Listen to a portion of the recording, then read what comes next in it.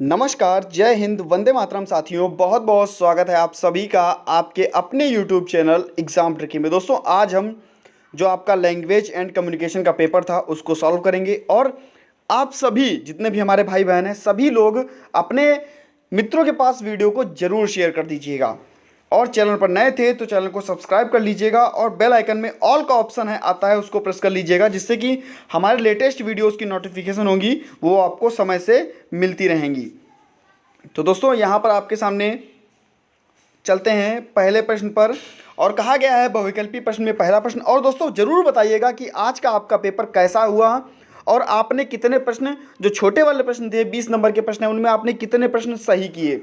और अगर एक दो प्रश्नों में विसंगतियां आपको देखने को मिलती हैं तो बिल्कुल भी दोस्तों टेंशन ना लीजिएगा, अपना दूसरा पेपर की तैयारी कीजिएगा और यहाँ पर आप कमेंट जरूर कर दीजिएगा।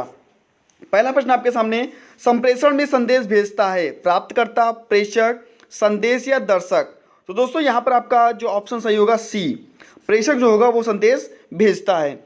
और कोई भी अगर आपको वर्ड ना समझ में आया करे तो एक बात मानिए, आप लोग थोड़ा हिंदी का भी छोड़ करके इंग्लिश में भी देख लिया कीजिए, हो सकता है वहाँ पर आपको जो वहाँ पर वर्ड लिखा है वो आपको समझ में आ जाए। तो दोस्तों यहाँ पर दूसरा प्रश्न दिया गया है कि संप्रेषण प्रक्रिया का अंतिम चरण है। अंतिम चरण होता है फीडबैक, अर्थात ए ऑप्शन आपका सही हो जाएगा। तीसरा प्रश्न आपका दिया गया ईमेल संप्रेषण प्रणाली है। तो दोस्तों यह एक भाषाई संप्रेषण प्रणाली होती है, बी ऑप्शन आपका यहाँ पर सही होगा। यानी कि दूसरे में आपका ए ऑप्शन और तीसरे में आपका बी ऑप्शन। नेक्स्ट अगर हम बात कर लेते हैं क्वेश्चन नंबर 4 पर, तो भाषा का कार्य नहीं है, भाषा का कार्य नहीं है तो यह दोस्तों व्यावसायिक, अर्थात डी ऑप्शन जो है आपका सही होगा। नेक्स्ट अगर हम बात कर लेते हैं, शीघ्र पहचाने गए श्रवण बाधित बच्चों में मौखिक कौशल विकसित करने हेतु नवीनतम प्रवृत्ति का माध्यम है। तो दोस्तों यहाँ पर आपका पांचवा प्रश्न है और यहाँ पर श्रवण मौखिक चिकित्सा, यहाँ पर ए ऑप्शन जो है वो आपका सही होगा। नेक्स्ट अगर हम बात कर लेते हैं, किशोरों के लिए श्रवण मौखिक चिकित्सा का लक्ष्य उपरोक्त सभी संज्ञान, सुनना और भाषा, यानी कि यहाँ पर आपका डी ऑप्शन जो है वो सही होगा। नेक्स्ट अगर हम बात कर लेते हैं 7वें प्रश्न पर, श्रवण बाधितों को सीखने की मौखिक विधि है। तो दोस्तों यहाँ पर आपका जो ऑप्शन सही होगा वो सी सही होगा, मौखिकवाद या ओरलिज्म। नेक्स्ट अगर हम बात कर लेते हैं 8वें प्रश्न पर, तो एक मानकीकृत भाषा मूल्यांकन उपकरण के माध्यम से स्कोर प्राप्त होता है। तो दोस्तों यहाँ पर 8वें में आपका जो आंसर सही होगा बी सही होगा, मान्य और विश्वसनीय। नेक्स्ट अगर हम बात कर लेते हैं क्वेश्चन नंबर 9, निर्देशित पठन में बच्चों को की आवश्यकता होती है, सी ऑप्शन, ए और बी। नेक्स्ट अगर हम बात कर लेते हैं LPT यानी कि linguistic profile test, a option जो है वो आपका सही होगा।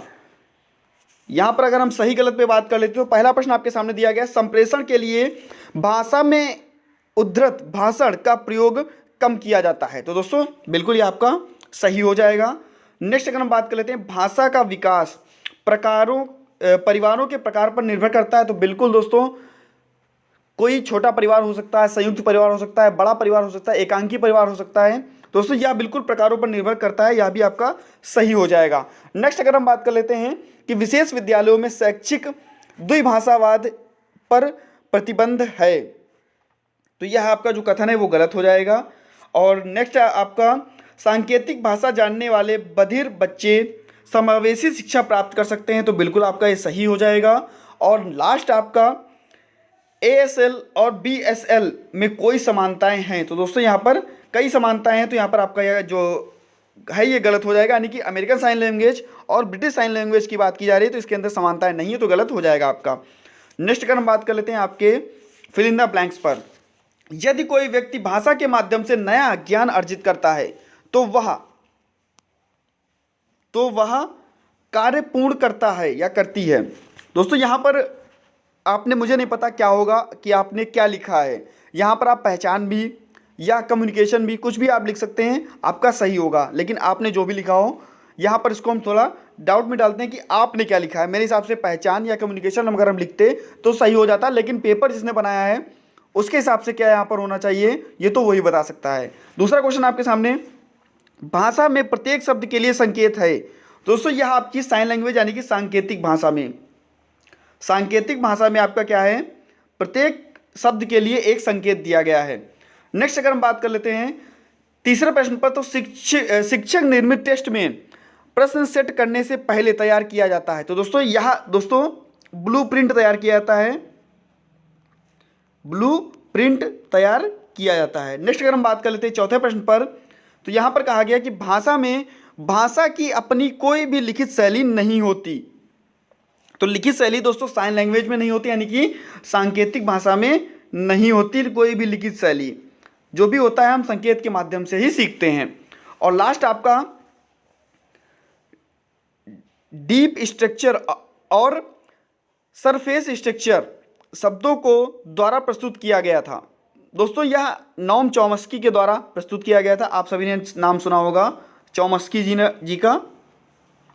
दोस्तों ये आपका सही होगा। और ये आपके क्वेश्चंस आपके लिए संप्रेषण, भाषा का विस्तार, भाषा के विकास के लिए आवश्यकताएं, ये सभी आपने प्रश्न किए। दोस्तों जरूर बताइएगा कि आज का आपका पेपर कैसा रहा। मिलता हूं नेक्स्ट वीडियो में कुछ नई जानकारी के साथ। धन्यवाद।